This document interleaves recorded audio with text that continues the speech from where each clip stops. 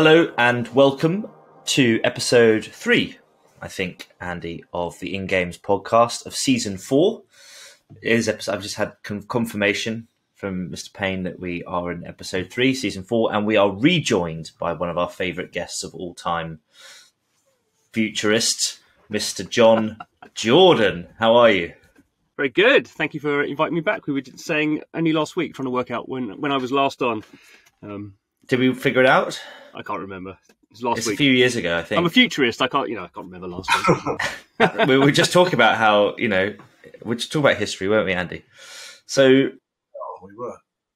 And actually, the lucky thing is we're here to talk about your favourite topic, John, and Andy, one of your favourite topics as well. We're going to be talking about the M word or the Z word, depending on who you ask. It's either the Zuckerverse or the Metaverse, and we're going to be here talking about that today. So I might open up and kick off, if I may. Actually, I forgot to say, we must say thank you very much to Hero Capital, our overlords, for allowing this to happen and for sponsoring the podcast. So thank you very much, Hero Capital. I'm told one of the preeminent venture capital funds investing in things like the Metaverse and games technology. So on that note, Andy, I might put you in the hot seat if that's all right. What is the Metaverse? Well, there's a question, Spike. You didn't know I was going to ask you that. I don't really know. I think it's going to be just a continuation of the internet in a logical movement forward, more immersive, more interesting potentially, more challenging technically, maybe. Could be more smothering for us, but equally it could bring us all together.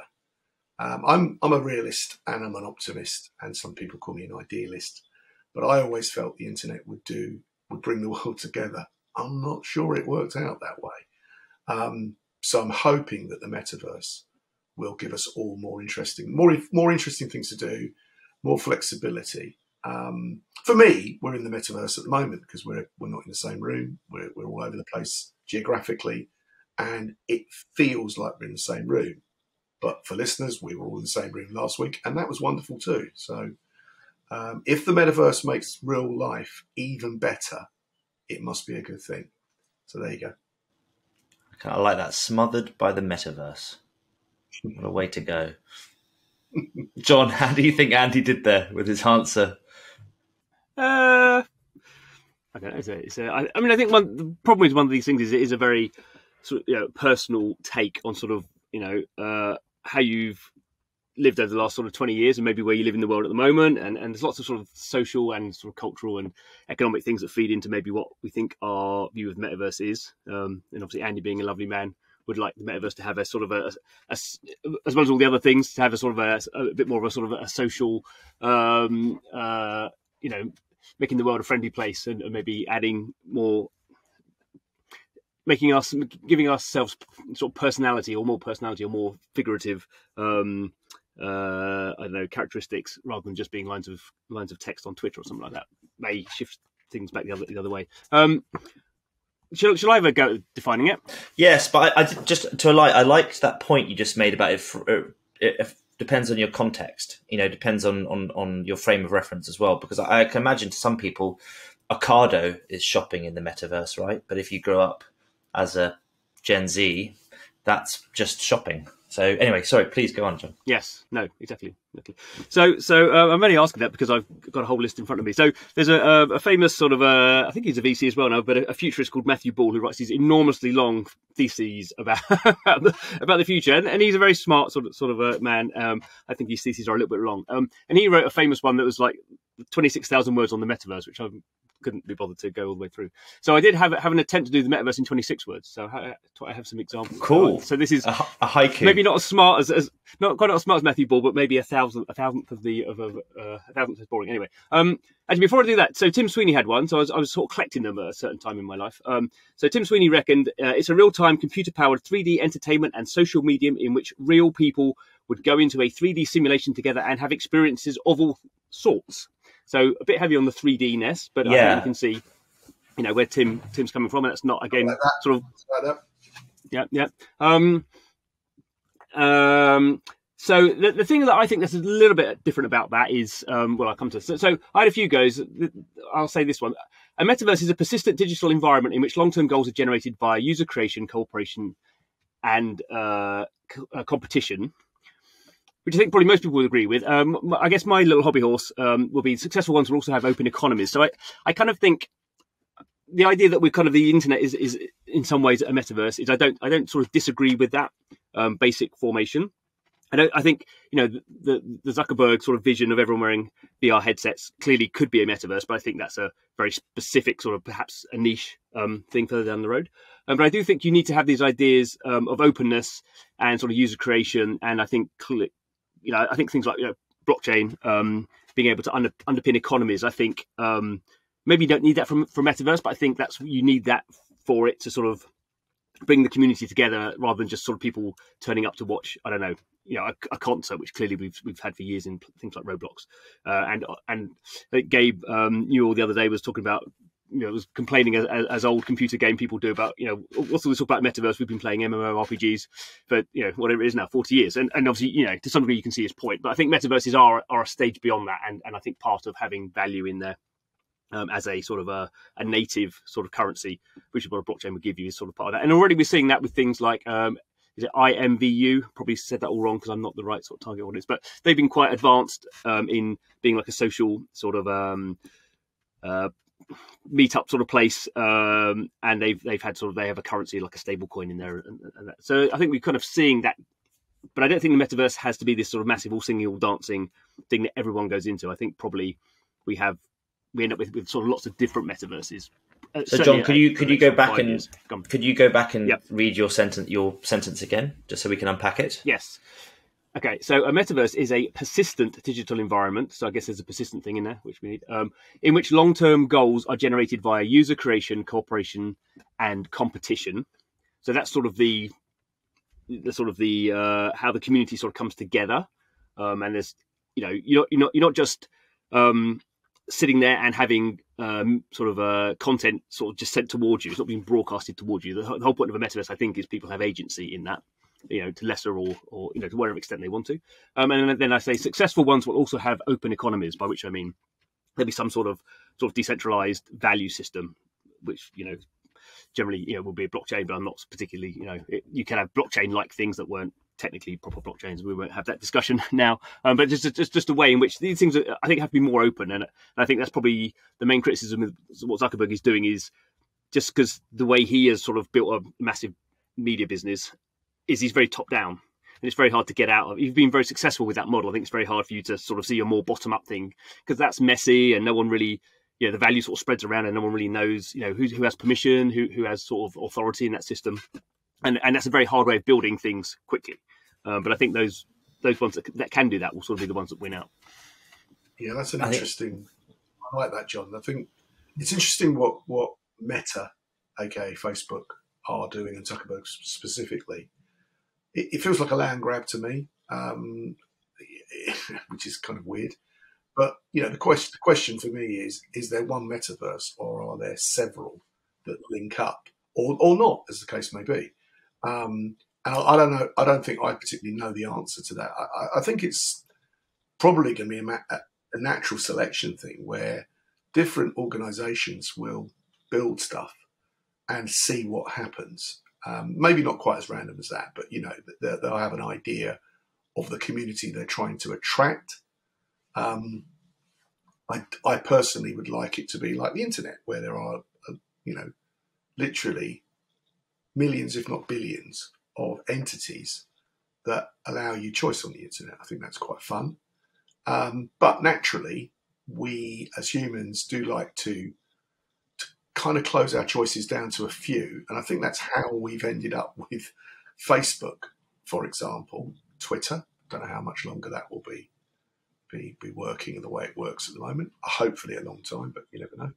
And all the things that Facebook have bought, actually land grabbing. I mean, they could see what Instagram could have been, so they bought it. They could see what WhatsApp was and could be and may still be, and they bought that as well. Does it matter to us as users? I'm not sure it does. I use WhatsApp. I'm sure you we all use WhatsApp for different things than we may use Instagram or Facebook for. So I think, the entry points into the metaverse, I think, will be. But to your point there, Andy, Mark Zuckerberg has done he's pulled off an incredible feat, because not in terms of what he's created, but in terms of the fact when people talk about the metaverse, they also say the word Zuckerberg, right? Which 2 years ago, he had absolutely probably no intention or idea or designs on this idea of metaverse.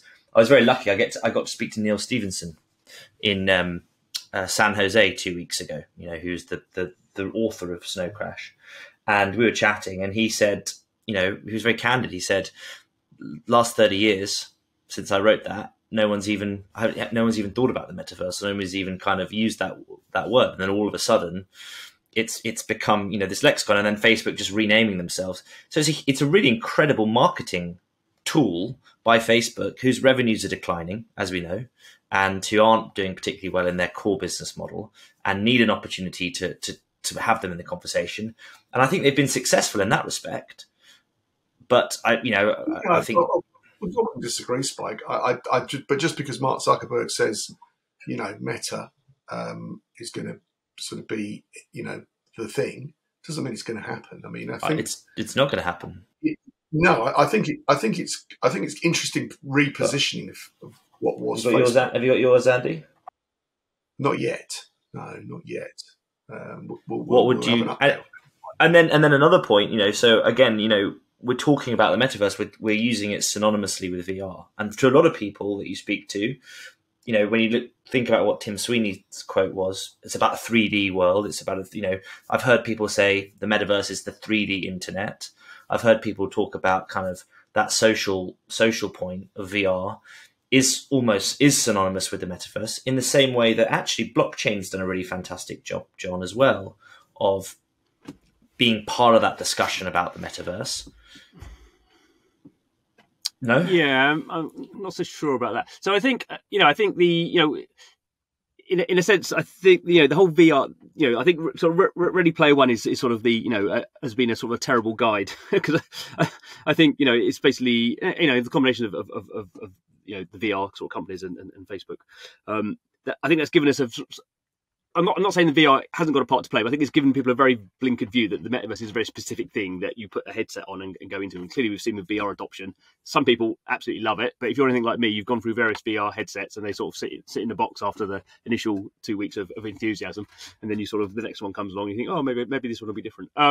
So I kind of think, and I think where blockchain has sort of done this right, unknowingly, I think, is blockchain has been very good at allowing bottom-up projects to sort of have a sort of massive sort of survival of the fittest, to see which ones actually can have community and sort of can grow some sort of the game's good enough, or the assets interesting enough, and obviously most of that stuff, if it hasn't fallen by the wayside already, will do so. But out of that sort of sort of conflicts, some things will just sort of rise up, and I think that's probably where I'm talking more about blockchain games, which are a bit more maybe part of the metaverse, but maybe a little bit different. I think what people get wrong with them is they always go, it's not a very good game. And you kind of go, well, yes, but that's not the point. If you can just sort of, because you are sort of taking something from nothing, you are sort of creating these sort of assets that you're saying, selling on a marketplace for, last month an enormous amount of money, and this month not so much money. But if you can sort of build some sort of, I use the term sort of advisedly, but there is a sort of belief system in there. There is a sort of nailing your colours to the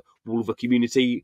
And maybe that belief system is no stronger than you support Manchester United, and that could be rational. That might be rational. It's sort of a tribal thing, and I think some blockchain games will, over the next sort of 5 years, we'll see the ones that emerge and have sort of created some sort of community is the main thing, but asset value around that. And then I think it doesn't have to be 3D. Metaverses don't have to be 3D. They can just start off in very simple forms, but over time you can sort of coalesce more community and more experienced game developers, which has been a problem for blockchain game developers, not generally very experienced in games. But you can always add those layers on, and you can come up with, at the end, in 50 years' time, I use as an example, I'm not saying this is even in their business model, but Axie Infinity could be a 3D enormous world where you put your VR headset on and go into the lovely land of Axie land, and the Axies bomb around and you do whatever you do. But doing that top down, as I guess we've seen with things like, Decentraland, I guess, being the prime example of a sort of blockchain-based metaverse. Functionally, it works, but no one cares less about it. We had all these recent arguments about how many people, log into it, and but it works, but there's no reason to go into it, and I think that's because they've not done a good job at sort of building bottom up to have the scaffolding or the framing, but why you would even care to do this. And we can always make the graphics better. That's a 10-year project, I think. So I think you start from the bottom. It doesn't have to be 3D to begin with. I think that parts of it will be 3D, but much more. What are the primitives we can sort of create? Yeah. I mean, the first word you used in your description, I thought was really good, was the word persistent. And that we have a persistent world digital experience.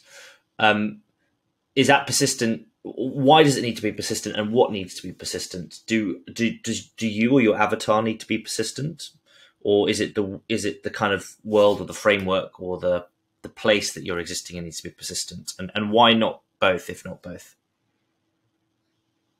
I mean, I wouldn't say I thought vast amount around. I think avatars are sort of, by definition, probably your presence there is persistent in the sense of you want to be, you want to sort of, it's probably a reputational sort of system. That doesn't obviously mean you physically look the same. I guess increasingly, even in the real world, our physical looks are sort of becoming less important as we spend more time digitally. So maybe like a little blue tick or something next to you to show that you are who you are.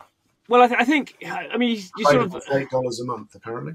Yeah, I mean, one of the things that hasn't sort of the crypto OGs sort of discussed and haven't really got very far with is an idea that a blockchain is persistent in the sense that not only all the assets you've ever owned, if a blockchain is still going, are sort of still exist, but your entire wallet history sort of exists.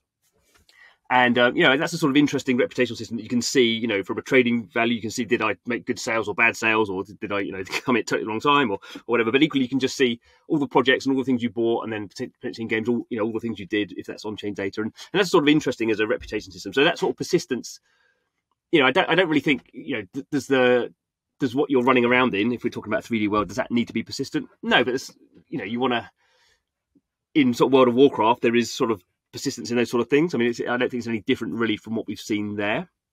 But equally, the fun of a metaverse maybe is some surprising things aren't persistent. I don't know. I mean, I think the difficult thing about sort of digital worlds and real life worlds is you don't want them to be exactly the same, because that's sort of limiting and boring.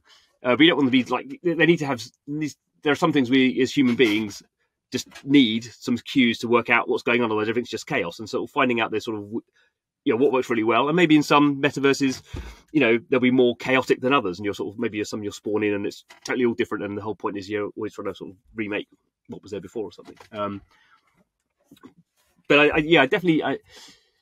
This may not be sort of the point you're going to, but I definitely do not think there is a metaverse. I think there are lots of these sort of experiences, and probably metaverse, maybe like a lot of these words, is one that we saw, 10 years time we laugh about the fact that we spent so much time talking about it, because it's just, what did that actually mean? Cyberspace 10 or 20 years ago, right? We don't. Cyberspace was it like riding the World Wide Web, or surfing the World Wide Web, or and the computer information highway, highway. Infotech highway.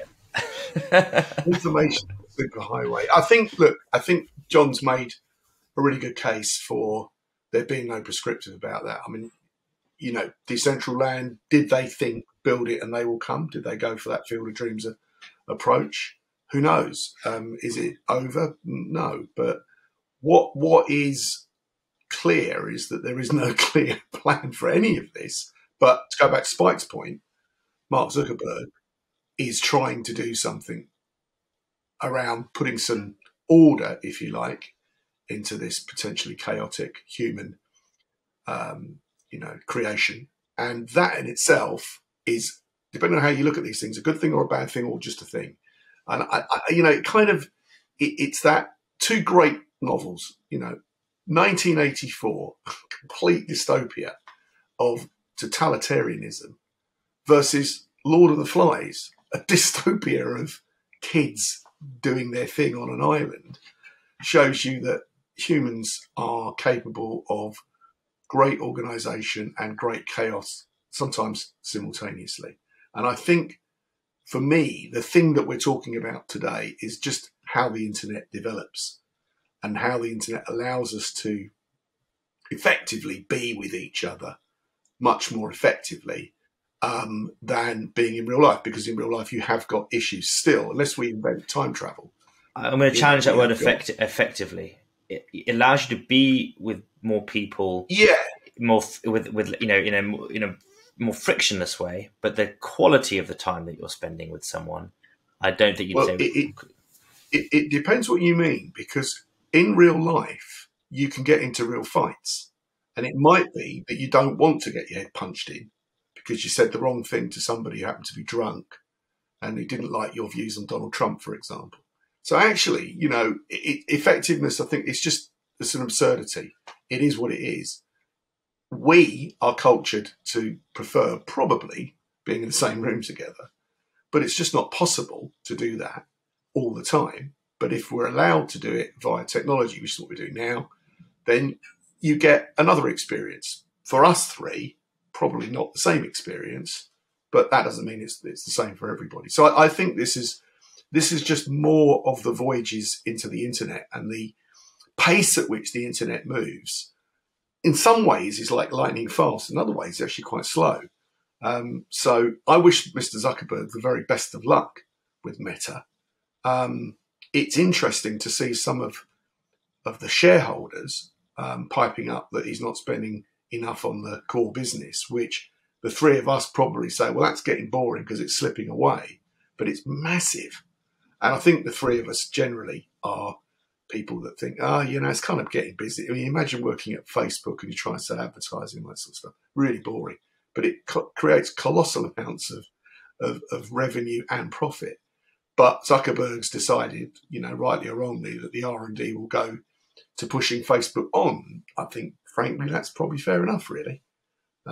He just probably needs to get somebody or a team of people to manage the day job, so it can still produce the revenues that are needed for this R&D. And if we look at probably one of the richest companies in the world, maybe, what are they called? Alphabet now, used to be called Google, and all that stuff, that they do one thing really, really well. And they tend to do other things less well, as we talked about with Google Stadia, for example. So, but then I think, okay, no, very interesting. Lots of Zuckerberg in today's episode. We'll just go back to one thing actually about Decentraland, which is, I think, sort of interesting in this sort of, so Decentraland is one of the longest running sort of blockchain projects. It sort of 2017, it was around and building, and it sort of launched 2020, something like that. And what's interesting is there has been sort of, maybe controversy is too strong a word, but there has been this sort of debate around, is anyone using it, and its token is valued at whatever billion and all that sort of usual sort of stuff going on. But there is one sort of group. So the Decentraland is open, and people can own land in there, and then they can build stuff in there, and people have land and have their NFT art galleries in there, and have been events in there from sort of corporates. But the thing that always has consistent usage in there is basically a casino company has basically built a massive casino in Decentraland. And sort of one of the points of this is, I think when it comes to sort of this, you can do whatever you like in a metaverse, which would sort of be what my sort of take on these things are. So basically, these guys just owned a bunch of land, bought the land, these NFTs, and then they could just build all this 3D stuff on it. And you can go, when it launched, I went in there, and you go in there, and it's not super duper graphics. It's it's sort of the typical sort of poker things. There's sort of slots and whatever, blackjack and other things, but basically they have one of the sort of mini games in there, and it's using their own blockchain token, so you have all that sort of stuff in there, and they have just a poker, so it's like it's probably I don't know, 20% quality compared to just going online and playing poker. In obviously poker is a massive ecosystem in there, but some people like to go into Decentraland, into this casino, and play poker, and that is literally the one popular thing to do in Decentraland. Now clearly the Decentraland people, when they planned that, didn't expect that, and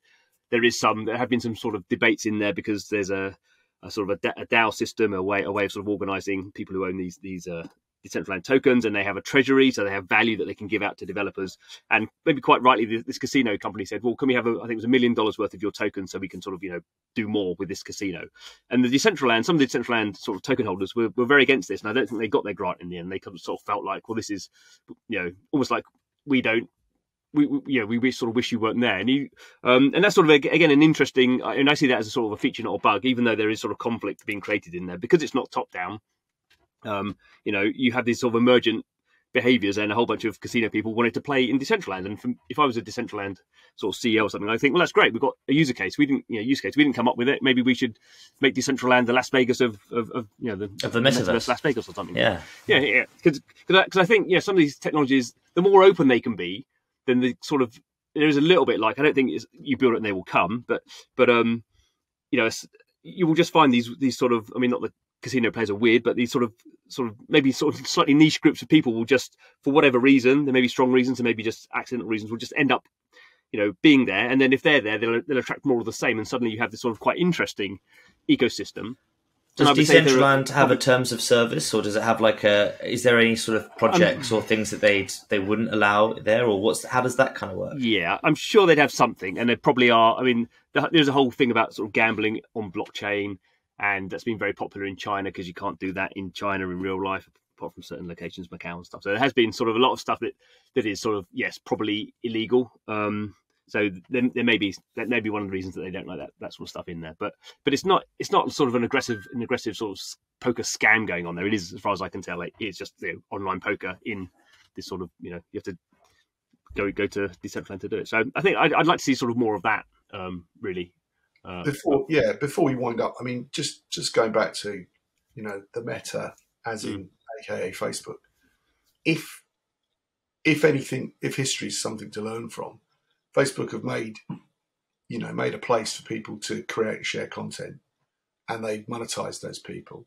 That's probably what they would be doing with their version of their metaverse. So it's a place which has got some reasonably stable architecture, and you can go in and do your thing and be monetized accordingly. That might be selling land, it might be maybe not, but I would imagine that's what AKA Facebook are doing, is to build something along that, like a big warehouse which could become soft play, shop, killing zone, whatever it may be, whatever sort of turns you on, really. But we'll see. I'm sure we'll see sooner rather than later, because surely, if we've learned anything, these great big sort of, as John says, top-down launches never go well. It's far better to give people some tools and some space, and they kind of do it for themselves. So.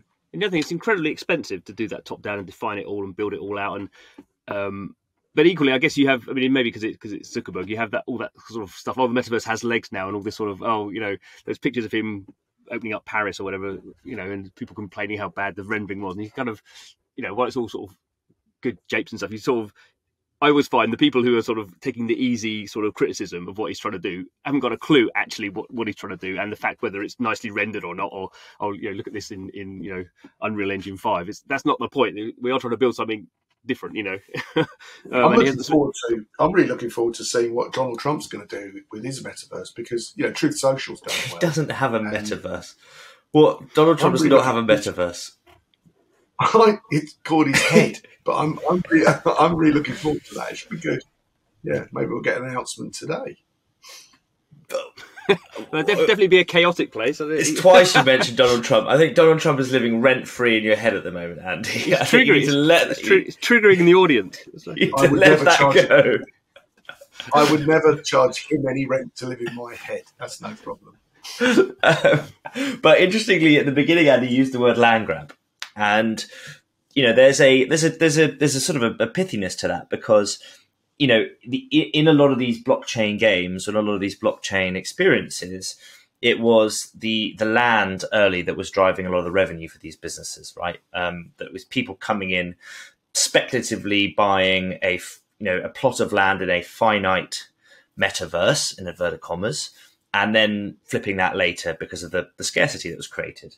On the other side, when you zoom out a little bit, when you talk about Metaverse and their land grab, you look at sort of sandbox building very early, or Decentraland, or there's a lot of these kind of, it seems a little bit like there's a race.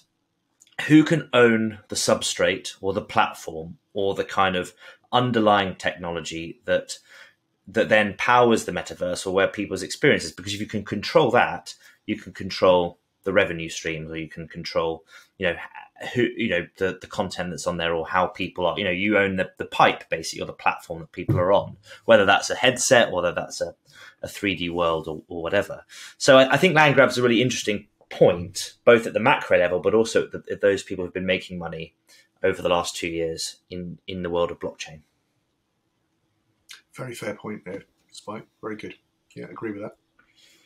I think actually, as someone who's been sort of involved in those sort of land NFT sort of sales and things, I think that's something where people have, the vision has. The vision is sort of not necessarily very, very well aligned, because as everyone's pointing out, why would you have land scarcity in a metaverse other than to have land scarcity? I mean, I think there are some sort of fundamental bits of that model that can you get it to work? I think Sandbox is a little bit different, because they are sort of clearly building out a sort of a world of brands. I don't say this demeaningly, because I know them well, and think what they're doing is very interesting. But it's sort of, I consider that sort of my first metaverse. I think it has some metaverse sort of elements in there that I think are pretty interesting. It has some of that sort of bottom up sort of stuff and some of this sort of blockchain economy. But clearly it is just. I mean, maybe I'm sort of damning myself here, but having moaned about the graphics don't matter. I mean, clearly the graphics in the Sandbox are a certain type of graphic, which is not. I think that'd be very hard for them to sort of totally upgrade that and make that sort of photorealistic. So I think they have a certain vision, and I think they've sort of constrained the problem down to make it manageable, and they will have a pretty good crack at seeing if that works. But I think that that's not really, again, I wouldn't say. I think there's a lot of open space between the Sandbox and Decentraland and whatever Meta come up with to build something that doesn't have sort of land scarcity. I think that's a sort of an economic model that we'll see probably work for some projects, but not for others. So I don't know, when you say land grab, you didn't maybe mean physical NFT land. I think there is some interesting stuff. Does anyone own? Is there a sort of single technology that it runs on? I think probably not as well. I think all these sort of things are sort of quite fragmented, but all still crystallizing. And is it the other kind of one just to mention maybe in passing is the Bored Ape company, Yuga Labs, are building out this again. It's quite early for them, and they've, I guess, famously done this sort of tech deal with Improbable, sort of the UK tech company who've been sort of scrabbling around for a while with interesting tech that's not really found a sort of product fit. But we'll see. I think again they'll come up with they have a very sort of cultural sort of themed vision of what they sort of want their world to be. And we'll see how that plans out over the next sort of 6 to 12 months. Plenty to look forward to. Yeah.